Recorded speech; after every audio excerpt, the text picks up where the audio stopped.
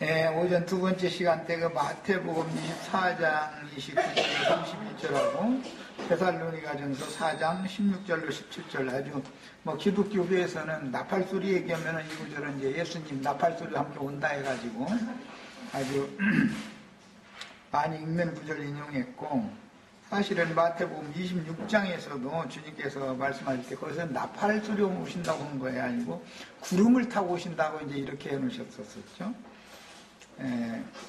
그거 읽었는데 주님께서 이처럼 나팔소리로 오신다 또는 나팔소리와 함께 천사들을 보내서 자기 백성들을 불러 모으신다 이렇게 이제 말씀을 하신 말씀들은 이게 다 구약 성경에 있는 말씀들을 인용해서 주님이 흔히 말하는 재림이라고 말하는 그 모습을 말씀하신 것인데, 기성교계는 지금 우리들이 생각하고 있는 것과 같이 주님이 재림하신다고를 믿지 않고 일회성, 단회성으로 주님께서 몇 년도 몇 월 며칠 날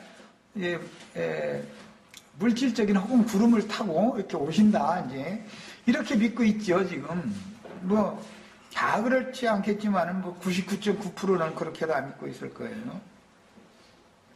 이런 것들이 다 어디서 이런 폐단이 왔냐 계속 말씀드리지만, 성경에 어떤 말씀을 하고자 하는 말씀 속에는 말씀의 흐름이 있는 것이고, 여러 부분과 여러 모양으로 사람들에게 이 모양으로도 말하고 저 모양으로도 말하고 이렇게 설득을 시키느라고 성경이라는 게 많은 선지자들을 통해서 여러 각도에서 조명을 해서 말씀을 하신 것인데, 어느 한 부분만 딱 보고 나서는 자기가 보고 배운 것이 다라고 생각하고 다른 각도에서 말씀하신 내용은 무시해버리는 경향이 너무 많기 때문에 이런 폐단이 왔다.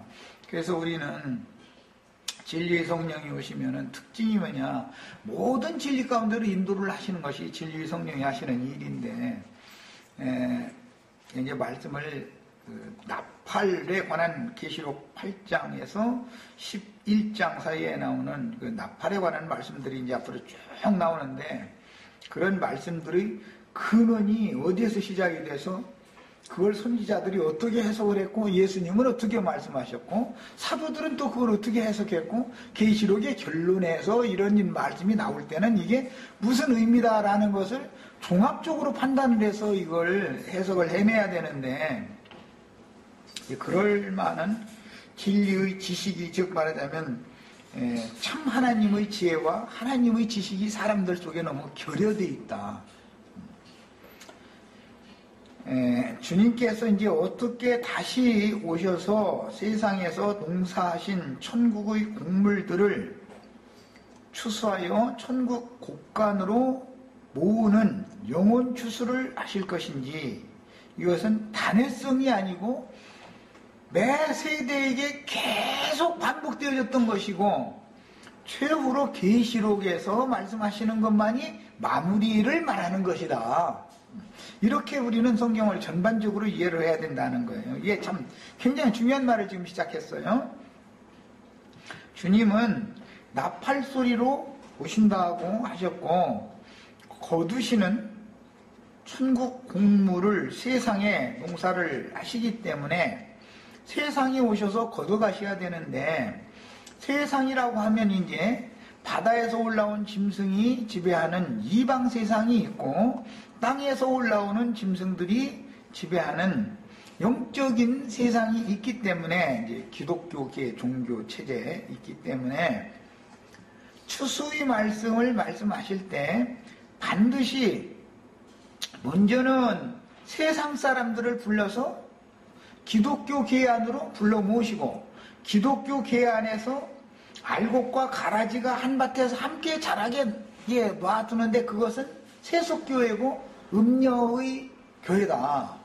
그러면 최종적으로는 세속교계에서 빼내심을 받은 이기는 자들만을 천국 곳간으로 데려가는 얘기를 하는 거기 때문에 당연히 단계가 있게 마련인 것인데, 기성교계에서는 세상 사람들을 불러 모아서 자기네들이 성당이나 예배당이라고 하는 종교체제 안으로 오면 구원을 받은 것이고, 이 세상에서는 하나님의 축복을 육신적으로 받아서 잘 먹고 잘 살다가 죽은 다음에는 뿅 하고 주님의 나라로 천당이라는 데로 들어간다고 믿거나, 그래도 조금 말씀 좀 깨달았다, 이제 재림신앙을 믿는다라고 믿는 사람들은 자기네들은 죽지 않고, 앞선 세대는 다 죽었을지라도 자기만은 죽지 않고 창공에 떠돌아다니던 어떤 구름 속으로 뿅 하고 이렇게 올라간다, 이렇게 믿고 있다 이 말이에요. 이것이 이렇게 두 가지로 믿는 사람들이 99.9%예요. 지금 0.1%는 감춰져 있기 때문에,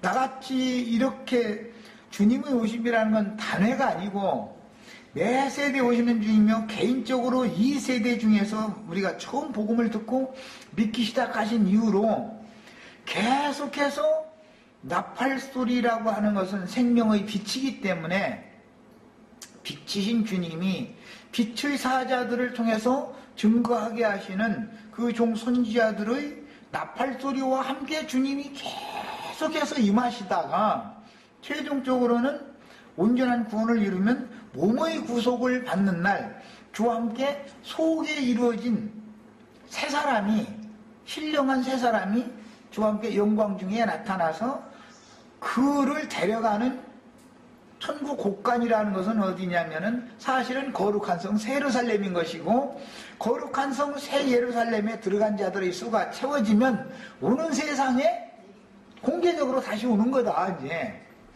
이런 기본 진리가 너무 지금 진리 지식이 없는 거예요. 한마디로 말하면 뭐 그 중에도 과정은 참 많죠. 이제 그 다음에 그래서 추수에 대해서는 당연히 먼저는 세상 사람들을 불러서 세속 교계로 불러들이고, 그 다음에는 마지막 데려가실 때는 세속 교계 중에서 알곡과 가라지를 먼저 분별해서 단으로 묶고, 알곡은 알곡의 단으로 묶어서 양육을 하고, 가라지는 가라지의 단으로 묶어서 가라지 악한 자의 아들들에게 맡겨서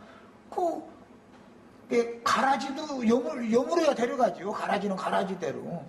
가라지라고 쭉쟁이 데려갈 일은 없잖아.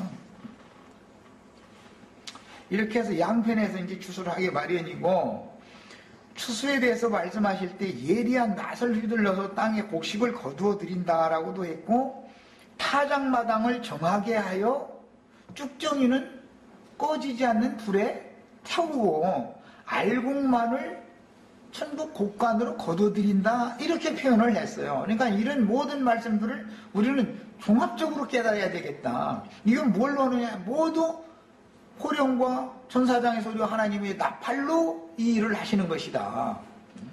그러니까 나팔 얘기가 나오면 이렇게 중요한 것이죠.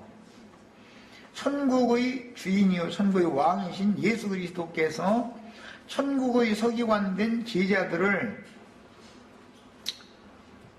세상의 끝인 교회 시대에, 교회 시대는 세상 끝이죠. 예수님이 이 세상에 오신 것이 세상 끝에 오셨죠. 말세에. 기독교계 사람들이 생각하는 세상 끝이라는 개념과 성경의 세상 끝 또는 말세라는 개념 자체가 지금 다르지요, 지금. 세상 끝인 교회 시대에 추수하는 일꾼으로 매 세대에게 보내셨고, 매 세대마다 농사를 해서 거두하셨다. 그 수가 채워져야 되는 거예요, 이제. 그것은 로마서 11장에서는 이방의 충만함이 차기까지라고 되어 있고, 계시록 14장에서는 시온산에서는 14만 4천이라고는 수가 차야 되는 것이죠. 그런데 오늘날 어떤 사람들은, 그래도 말씀께나 깨달았다는 사람들은, 박명호는 저한테 꼭 보고는 사람들 14만 4천 명 전도하면 세상 끝이 온다 그러고, 이만희는 저한테 맹신하는 사람들 14만 4천 명 채우면 끝이 온다고 그랬었고, 다 자기가 지금 14만 4천 채우려고 그러죠. 예수님은 이미 예수님 때부터 시작되어져 가지고 교회 시대를, 그 추수를 종교를 하는 때까지 올리은 곡식을 다 채우는 것이 14만 4천인 건데, 이런 개념에 대한 이해가 없는 거예요, 전혀. 그래서 우리는 지금 매 세대에, 우리가 만약에 다음 세대에 산다면은 다음 세대도 동일하게 14만 4천에 우리는 당연히 가입돼서 들어가야 되는 것이고, 14만 4천에 가입돼서 들어가는 것이 다가 아니고, 철장 권세를 받아서 오는 세상에 왕권을 행사할 수 있는 사람이 되는 걸 추구해야 된다라고 이 시대에도 그렇게 가르쳐야 되고 다음 세대에게도 그걸 가르쳐야 되는 것이죠. 때와 시기에 관해서는 함부로 말할 수 없지만은 혹시 예수님이 30세가 되셨을 때 AD 30년부터 나팔을 불기 시작하셨으니까 지금 뭐 이제 13년인데 또 알 수 없는 이것은 꼭 그렇다는 게 아니라 앞으로 17년이나 18년 문제 후에는 그야말로 말하는 마지막 나팔이 부러지기 시작할지 그건 알 수 없는 거잖아. 알 수 없는 일이죠. 그래가지고 2070년경이 되면은 기독교계가 심판을 받아버리고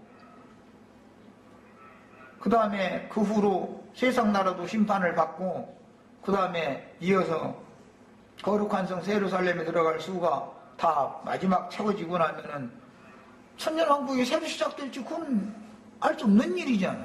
그럴 수도 있는 것이고 안 그럴 수도 있는 것이지만 그럴 수도 있는 거잖아. 그래서 우리는 하나님의 말씀은 그 종 선지자들을 통해서 증거하게 하신 말씀과 같이 세상 나라는 반드시 주와 그 그리스도의 나라가 된다. 내가 지금 나라라고 하는 것은 킹덤 왕국이라는 말인데 세상 왕국, 세상 잡기들의 왕국이 주님과 그 그리스도의 왕국이 되어져야 되는 것이다 이거예요.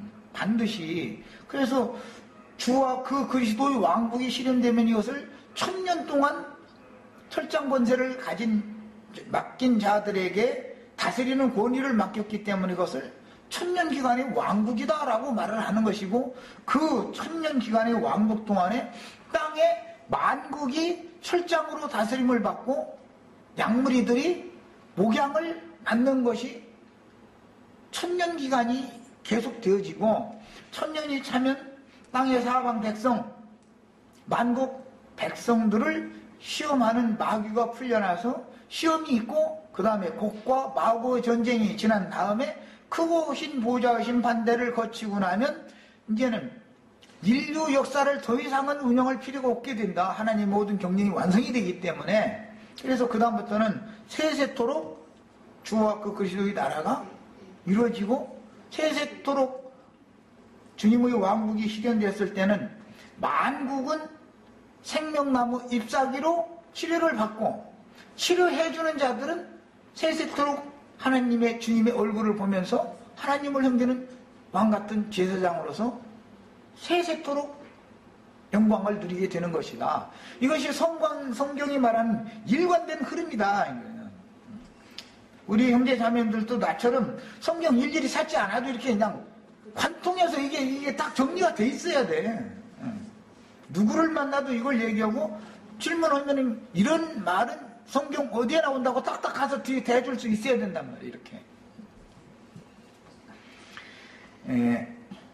그래서 그러므로 세상 끝인 교회 시대의 종결기에 살고 있는 우리는 주님의 말씀을 맡은 사역자들이 이곳저곳에서 자기가 맡은 사역의 일을 할 때 그들이 전파하는 복음의 내용을 자세히 살펴서 이 소리가 누구로부터 님받아져서 보냄받은 사람을 통해서 증거하는 하나님의 소리인지, 즉 하늘의 빛의 세계에서 보냄받은 빛의 천사들을 통해서 증거하는 하나님의 소리인지, 음부 죽음의 세계인 무저갱에서 무저갱의 사자에게 보냄을 받은 사탄의 사자들이 거짓부렁으로 하는 거짓말의 소리인지 소리를 구분할 줄 알아야 되는 거다. 그 다음에 하늘에서 나는 소리는 우레가 우는 소리로 들렸기도 했고 천사들이 말하는 소리로 들리기도 했다.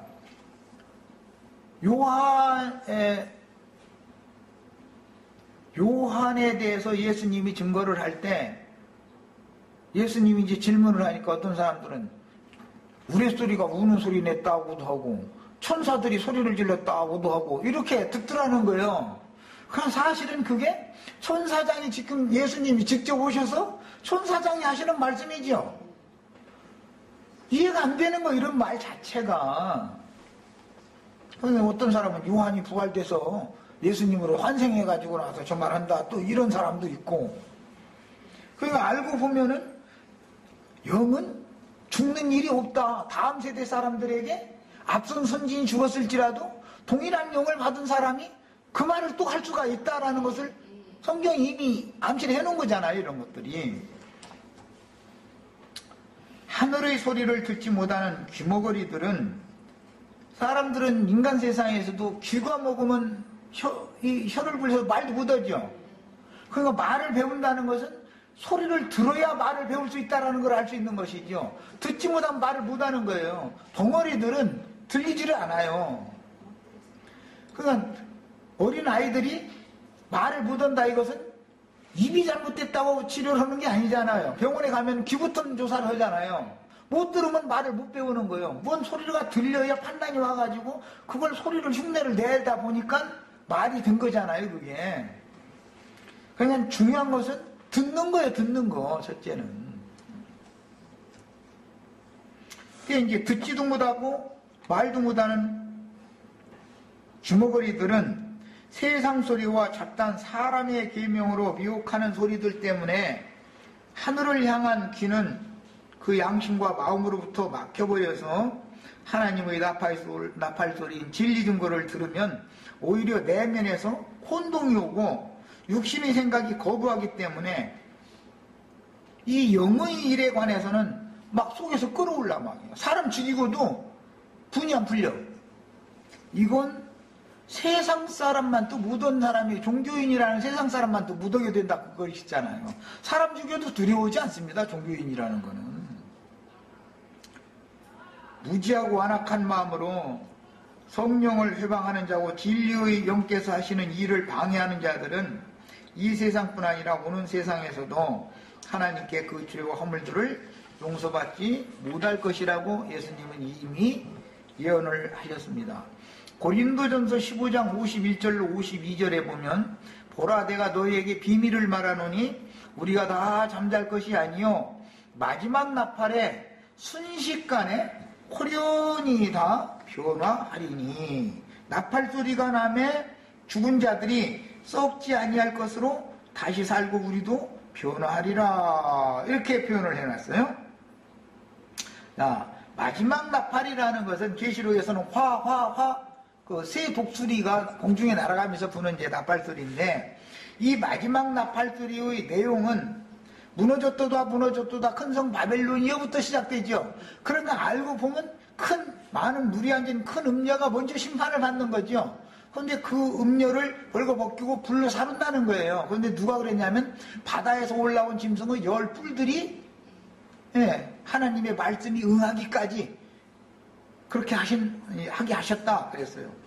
그 다음에 음녀 심판을 하고 나야 바다에 불대접을 부어가지고 바다는 다시 있지 않고 바다는 영영한 불못이 된다. 이제 불붙은 유리바다, 바다는 다시 있지 않다. 영영한 불못이다. 이렇게 되는 것인데, 세상이 심판을 받지 않는다, 세상의 기독교계가 심판을 받지 않는다라고 믿는다라는 말은 다 그게 진리의 영을 받은 사람들이 아니고 미혹의 영을 받은 사람들이다.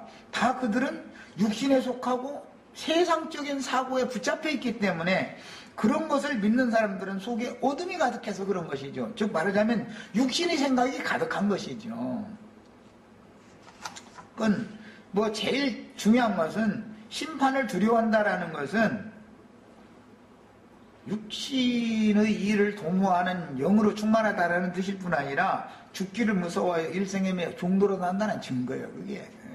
그런데 대부분 잘 먹고 잘 사는 사람만 꼭 그러는 것은 아니고, 지글지글 아주 그냥 이가 날릴 정도로 가난하고 힘들게 사는 사람도 죽여다 죽여 그러면 그만 이래요. 살려달라고. 나 같으면 그러고 살 바에는 아이고 나 차라리 그래야 나 죽여줘 그럴 것 같아요. 그런데 정말 이 죽음의 세력을 가진 마귀 권세가 얼마나 엄청난가를 알 수가 있어요. 생명의 능력을 부여해 주시는 주님 앞에 우리가 가는 것이 목적이지, 죽음의 세력을 가진 자에게 그렇게 종노릇을 해가면서 우리는 예수 믿어 구원받았다고 그러고 헛소리 하고 앉았으면서 심판이 없다 그러니까 다 나 자빠져가지고 지금 전화지가 나고 한 걸 보면 나는 다 파악하고 있어요. 이게 어디에서 발단돼가지고 무슨 영이 역사에서 이렇게 된다는 거에 난 이미 다 판단하고 있었어요. 이런 것을 아무리 가르쳐도 사람들이 기가 막혀서 안 들리는 것은 왜 그러는가? 그 육체 속에 육신의 생각이라고 하는 어둠과 사망 권세가 지배하고 있기 때문에 그런 것이에요. 세상에서 영광을 누려도 해봐야 쭈글쭈글해지기 시작한 사람들이 영광 누리면 20대로 돌아갈 거요, 10대로 돌아갈 거요. 무슨 소망을 세상에 갖고서 뒀어. 까지 넘어가. 빨리 손 털고 아멘 주님 빨리 다 불러주세요. 이러면은 세상 만사가 다 완전히 자유받아버리는 거예요. 이 문제만 통과해버리면 세상 만사 다 자유받아버려. 예. 이게 영원한 복음이요. 마지막 나팔이고, 그 이제 마지막 나팔에 순식간에 호련히 변화한다 이러놓으니까 막 이 말 전하기가 참 어려워가지고. 속사람이 구원을 다 이루어져 있어야 이 육신의 장막을 벗는 순간에 즉시로 속에 이룬 미로부터 오는 젖으로 덧입혀진 새 사람이 영광 중에 나타나는 것이 순식간에 호련히 변화하는 것이지, 멀쩡하게 한상에 앉아서 어린 새끼들을 오고 같이 남편하고 밥 먹다가 전미기들 놔두고 엄마가 뿅 오고 갑자기 사라졌다, 그런 것을 죽은다면 이 하나님이 얼마나 이 세상을 혼란스럽게 하는 하나님이야. 그게 진짜 그걸 믿느냐면 사실 믿지도 않아. 그걸 진짜로 믿는다고 하면은 며느리 못 듣죠. 불안해서 손자내놓고 전미기다가 말고 갑자기 그냥 뿅 휴거돼 버리면 다행히 할머니라도 옆에 있을 때 그랬으면 할머니가 또 어떻게 맡아서 신문대로도 기르면 되지만 저희끼리나 산다고 나가 살고 남편은 직장에 가고 그랬는데 전맥에다가 엄마는 뿅 오고 휴거돼 버렸으면 그거 어떻게 이거.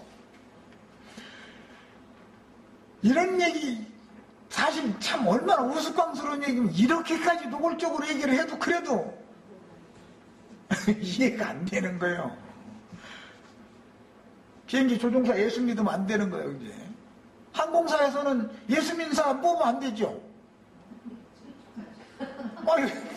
저 태평양 건너가다가 갑자기 뿅 없어져 버리면 비행기 그냥 기름 다 떨어질 때까지 팽팽 돌아다니다가서는 추락할 거 아니야. 기름 없으면 이제.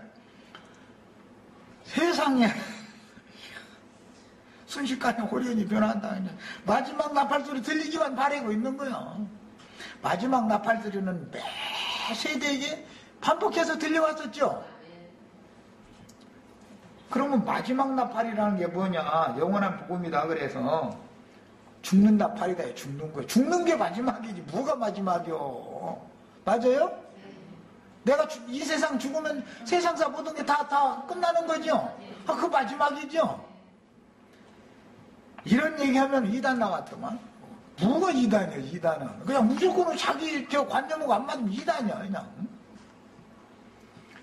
그래서 본문에서 마지막 나팔이라는 이런 표현을 성도들 각자에게 적용할 때는 혈육의 몸은 죽고 구원을 이룬 속사람이 신령체로 주 앞에 나타나서 하늘 도성에 들어가게 하는 말씀 전파이며, 이 마지막 나팔 소리를 들을 수 있는 사람들의 모임이 시온산에서는 14만 4천 무리이고, 다른 표현으로는 성령과 신부가 오라 한 그곳에서 저희 주께서 예비한 처소가 있어서 그곳에서 부러지는 나팔소리인 것이다. 여기는 주님이 도적같이 오셔서 곡식들만 보석들만 훔쳐가는 동네예요. 이 동네는. 이 동네는 보석들이 감춰져 있는 동네예요. 그러니까 이 말 알아들어야 돼요. 마태복음 13장에서 예수님이 이미 그 말씀하셨어요. 좋은 보화가 감춰있는 밭을 발견하고 가서 자기 모든 것을 팔아서 그 밭을 산다 그랬어. 보화가 감춰있다는 건 나의 심령 속에 그리스도의 영과 연합된 영이 감춰져 있는 나의 영혼, 내 마음을 주님이 당신 것으로 값주고 산다 그 말이잖아. 그러면 자기 모든 것을 바쳐서 산다 그랬는데 예수는 십자가에서 자기 생명까지 바쳐서 이 영혼들을 산 거 아니야. 이런 간단한 말조차도 이해를 못하는 사람들한테 나팔 얘기를 백날 하면 무슨 소용이 있어. 계시록 8장에 나팔이, 계시록 8장에는 4나팔이 있고 9장에는 5째 나팔이 있고 10장에는 6째 나팔, 9장에는 5째 나팔, 6째 나팔이 있고 11장에는 7째 나팔이 있고 이런 내용, 성경이 어디에 무언 나팔이 있는 것도 몰라 사실은. 목회하는 사람들이 그 정도도 기본적으로 기록되어 있는 글자 자체도 모르는 사람들이 그 장에서 말하고자 하는 의미를 어떻게 알겠어 그러면은. 두 증인들을 통해서 부러지는 하나님의 나팔인 광야의 양육은 뱀의 낯을 피하여 비밀스럽게 진행되는 것이며 많은 회방과 대적자들의 방해를 무릅쓰고 수많은 어려운 문제들을 이기고 결국은 모든 예언들이 이루어질 것입니다. 주님의 예언이 이루어지는 것은 그렇게 누워서 떡 먹기 식으로 그렇게 되는 일은 절대 없어요. 세상사도 뭔가를 이루고 성취하려면은 부단한 노력과 뼈를 깎는 그런 인내와 연단 과정이 거쳐야 세상에서도 성공을 하는 건데, 하나님의 형상과 모양대로 보석집으로 지어지는 문제가 어떻게 하루아침에 그렇게 그냥 간단하게 그렇게 되겠어요. 마침내 바다에서 올라온 짐승인 적그리스도들과 땅에서 올라온 적그리스도들의 미혹을 이기고 신앙의 정절을 지켜 죽임을 당함으로 하나님께로부터 의로운 자라는 증거를 받고 거룩한 성 예루살렘으로 들어가서 그리스도로 더불어 제사장이 되어 1000년 동안 왕노릇 하기 위하여 주와 함께 거룩한 성 예루살렘이 내려올 때 함께 와야 되는 거예요. 거룩한 성 예루살렘이 내려온 것이 성도들과 함께 오시는 것이지요. 거룩한 성에 들어간 성도들과만 함께 오시는 것이지, 거룩한 성에 들어가지도 못한 성도들과 주님이 어떻게 함께 오시겠어 오는 세상에. 그 다음에 고대에는 어떤 가문의 전통이나 그 가문의 재산 등을 승계받아서 그 종중의 제사를 총괄지휘하는 사람을 장자권이다 그래요. 장자는 특징이 뭐예요? 장손 집안의 장손은 나이가 어려도 지체자손 형님들뿐이 제주가 되는 게 아니죠. 장자 가문의 장손이 제주가 되는 거예요.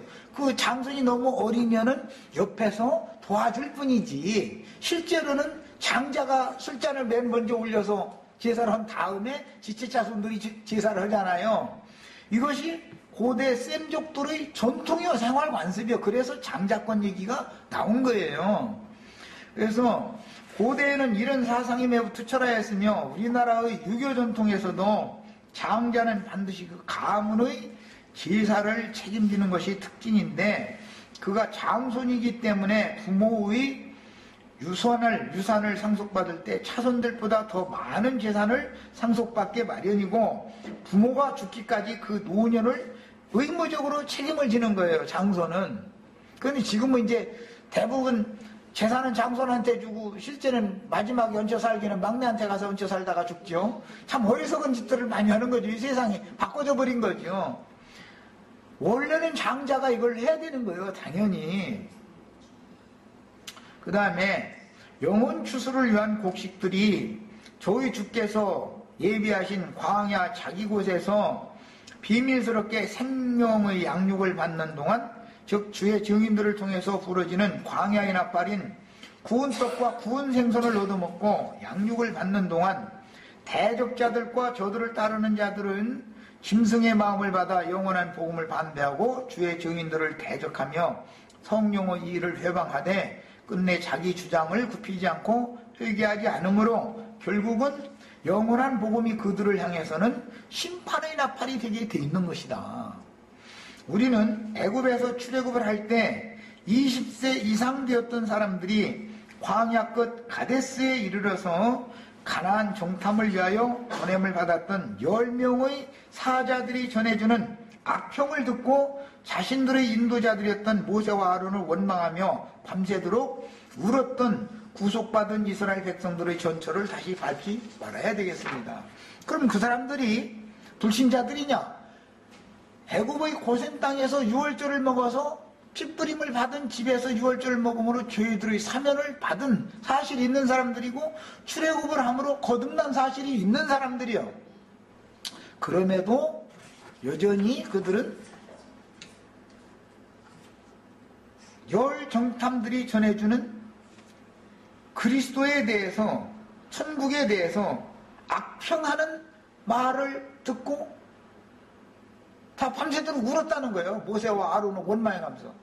우리가 차라리 애굽에서 장사될 데가 없어가지고 이 광야 여기까지 와가지고 여기다 장사시키려고 여기까지 끌고 나왔느냐 이래가면서. 그것이 하나님이 뜻인 걸 너무 몰랐던 것이죠. 거기서 죽어야 될 자는 겉사람이지 속사람이 아니죠. 예. 하나님은 영이시니까 영적인 속사람을 장성하게 기르기 위해서 겉사람이 후패되어주고 겉사람이 다 엎드러져 죽기를 기다리느라고 40년을 더 광야를 맴돌게 했던 거잖아요. 이런 이치를 너무 지금 적용을 할 줄을 모르고 있는 거예요. 기독교계가. 시간이 많아서 이걸 좀 간략하게 해야 되겠네. 시간이 이제 얼마 안 남아서 전도서 3장 19절로 21절을 읽어드리겠습니다.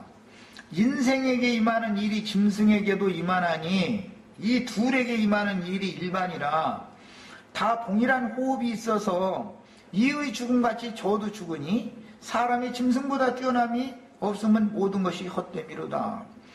에덴 동산에 아담을 지어다 이끌어 놓으시기 전에 먼저 짐승들을 똑같이 흙으로 지었죠. 그리고 아담 보고 짐승들 이름 지어주라고 그래서 아담이 짐승들 이름 불렀 대로 그 짐승 이름이 생겼다는 거잖아요. 그러니까 아담도 흙에서 지었고 짐승도 흙에서 지었으니까 흙에서 온 건 흙으로 돌아가는 이치는 똑같다. 이게 짐승이나 인간이나 뭐가 다르냐 똑같다. 그게 흙사람은 흙에서 온 짐승과 방불한 거다 이 말이에요. 기본적으로. 그래서 다 흙으로 말미암았으므로 흙으로 돌아가나니 다 한 곳으로 가거니와 인생의 영혼은 위로 올라가고 짐승의 영혼은 아래로 땅으로 내려가는 줄을 누가 알랴 그랬어요. 예레미야 17장 이건 중요하기 때문에 다 같이 찾아서 읽겠습니다.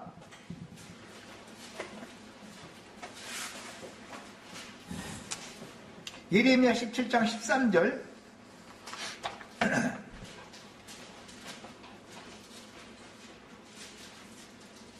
예레미야 17장 13절 읽습니다.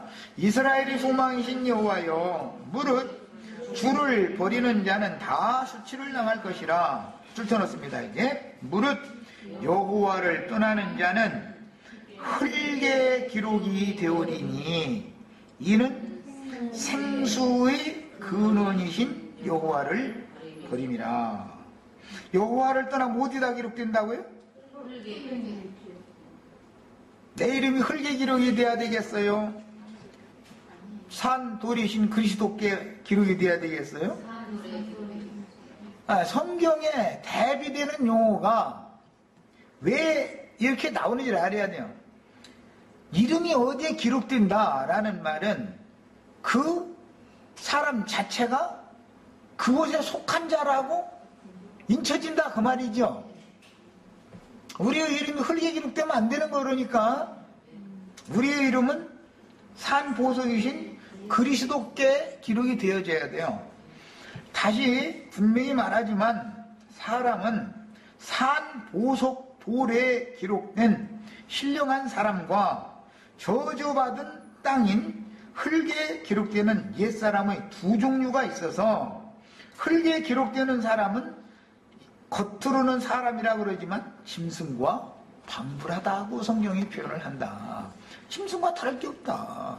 짐승도 흙에서 왔고 사람도 흙에서 왔는데 흙에 이름이 기록되는 사람은 흙사람이니까 흙으로 간 거예요. 모든 만물은 본 곳으로 돌아가죠. 근원지로 다 가는 거예요. 한 사람은 하나님의 아들인 하나님의 사람이요, 한 사람은 뱀에게 속한 짐승의 사람이 있다. 모든 짐승들은 저주가 임해 있지만 그 중에서도 더욱 간교한 짐승은 뱀이었었죠. 그래서 뱀 보고 흙을 먹어라 그러지 뱀 보고 돌 먹어라 라고는 말은 없죠. 뱀 보고 돌 먹으라고 하는 법은 없어요. 뱀은 돌 먹도 못하고 육신적으로 세상적으로 봐도 뱀이 돌 먹으면 소화를 문제주 시킬 거예요. 그런데 예수님은 돌만 먹어. 이 참 예수님이 돌 먹느냐고 또 이제 이러면 또 이것도 좀 이제 곤란하네. 예수님은 흙은 절대 안 먹어. 흙은. 성경이 왜 이런 사람의 말하고는 안 맞는 말이지만 이런 말들이 왜 기록이 됐나? 그래서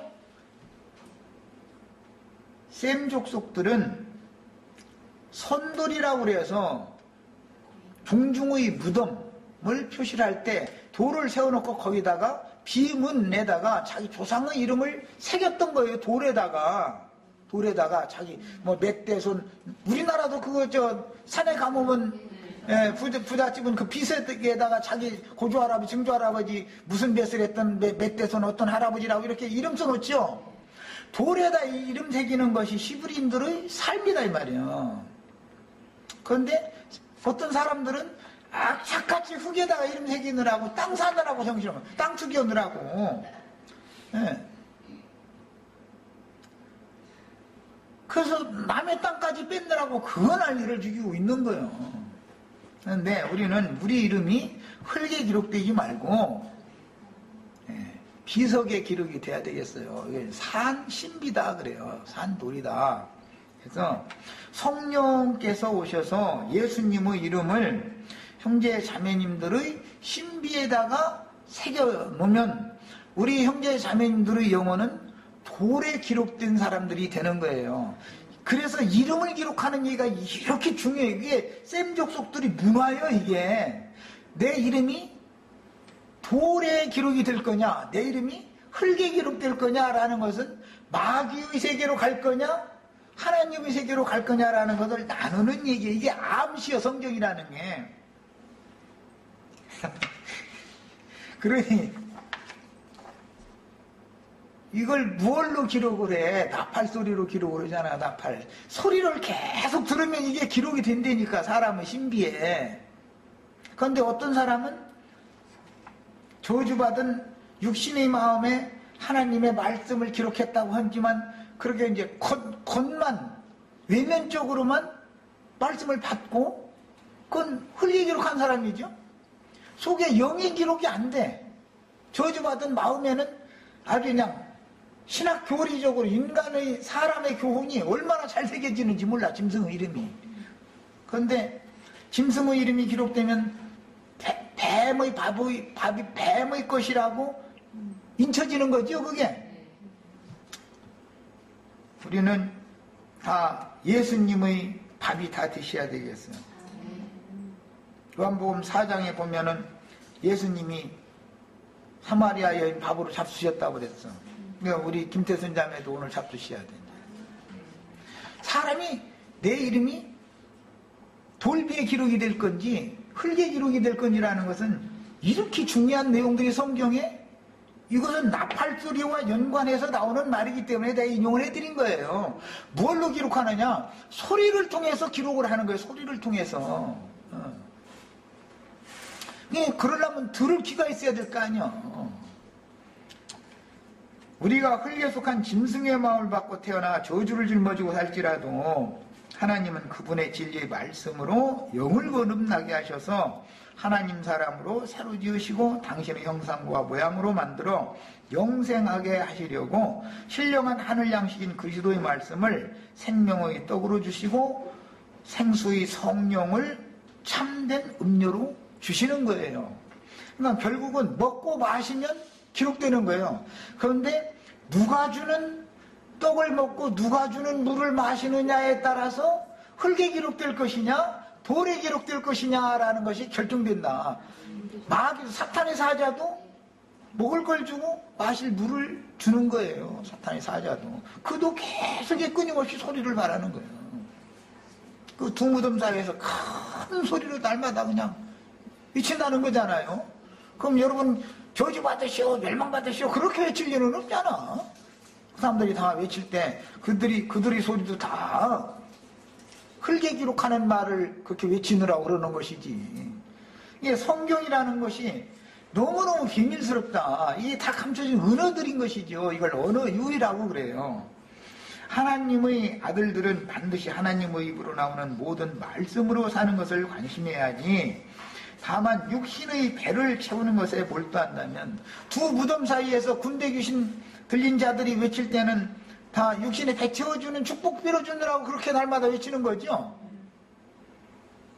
예수님이나 사도들도 정인들도 날마다 외쳤지만 정인들이 외치는 소리와 사탄의 사자들이 외치는 소리는 전혀 딴 얘기다. 사탄의 사자들은 이 생에서 장수하고 이 생에서 뭐가 잘 되고 땅의 일을 자꾸 추구하도록 하는 말을 외쳐가지고서 기록을 했고 흙에 기록을 했고 주님과 주님의 사자들은 마지막 나팔을 자꾸 부는 거예요. 이 세상이 영원한 것이 아니다. 이 세상의 미련을 끝나라. 이 세상에서 끝나는 것이 여러분이 영생에 들어가는 것이다. 자꾸 이걸 하는 거예요. 이게 마지막 나팔이라는 거예요. 나팔 소리로 뭘 새기기 때문에 이게 연관이 되기 때문에 내가 이걸 말씀을 인용한 거예요. 그 다음에 주 예수는 언제나 땅의 일들을 비유로 들어서 하늘의 일들을 말씀하셨고 하늘에서 보내심을 받아 여전히 하늘에 거하셨으니 우리는 하늘에 거하는 것이 무엇을 의미하는지를 바르게 알아야 하는데 이런 말씀을 통해서 영에 있는 자, 육신에 있는 자, 겉사람, 속사람, 옛사람, 새사람 이런 용어가 말하고자 하는 의도를 알아야 되는 것이다.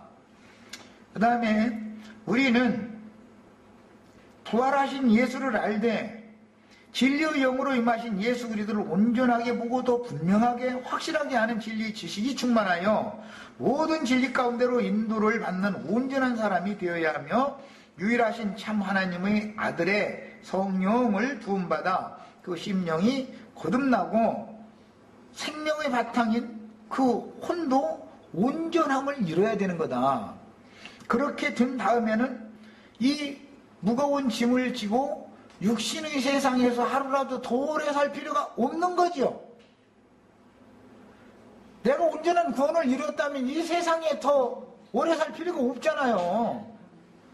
그리고 장수의 복을 받았으면 하루를 살아도 건강하게 자식들 얼굴 찌푸리는 꼴 안 보고 가는 게 주님께 데려감을 받아서 추수되는 것이 좋은 일이지. 자식들이 얼굴 찌푸리고 자식들끼리 말다툼 나고 이렇게 한 다음에 갈 필요는 없는 거잖아. 어차피 가는 건데 사람이. 이거는 이상이 필요한 거예요. 문제는 하나님의 선민들을 가나안 땅으로 인도한 갈렙과 여호수아는 하나님의 관점을 따라 신령한 눈으로 약속의 땅을 보고 분명하고 확신 있게 가르쳤으나 나머지 열 정탐들은 사람의 관점으로 보고 사람의 교훈으로 가르쳤는데 뭐 이렇게 말하면 대수로 자면 10대 2이니까 그런데 실제로는 아까 내가 말씀드렸었던 것처럼 하나님의 종 2명 오면은 마귀의 종들은 2,000명이나 와버려. 상대가 안 돼, 이거는. 그러니 흙의 이름이 기록되는 사람들의 수가 더 많지, 돌의 이름이 돌이라도 죽은 돌이 아니라 이제 산돌, 돌의 이름이 기록되는 사람의 수가 많겠냐 이거예요. 참 이런 걸 가르치는 것이 너무 힘들지만 우리 지체들도 이런 말씀을 통해서 하나님이 보낸 종 선지자들이 증거하는 나팔 소리를 들을 때 영을 분별해가면서 듣고 영으로 들으면은 내 심령에 예수님의 이름이 새겨질 거 아니야. 예, 겉면의 그냥 흘러가는 말로 해서 마음에만 기록한다, 마음에 믿는다 이러고 그런데 실제적으로는 영적으로는 빛이 와서 빛으로 이게 새겨져 있지 않으면은 다국에 그 이름이 흙이 기록은 저주받은 땅에 그 이름이 기록되어져서 뱀밥으로 뱀의 세계로 가기 마련인 거다. 예, 이런 것은 나팔이라고 하는 거, 나팔소리라는 것이 얼마나 중요한 역할을 하는지에 대해서 시간 살펴봤습니다. 자, 예, 마칩니다.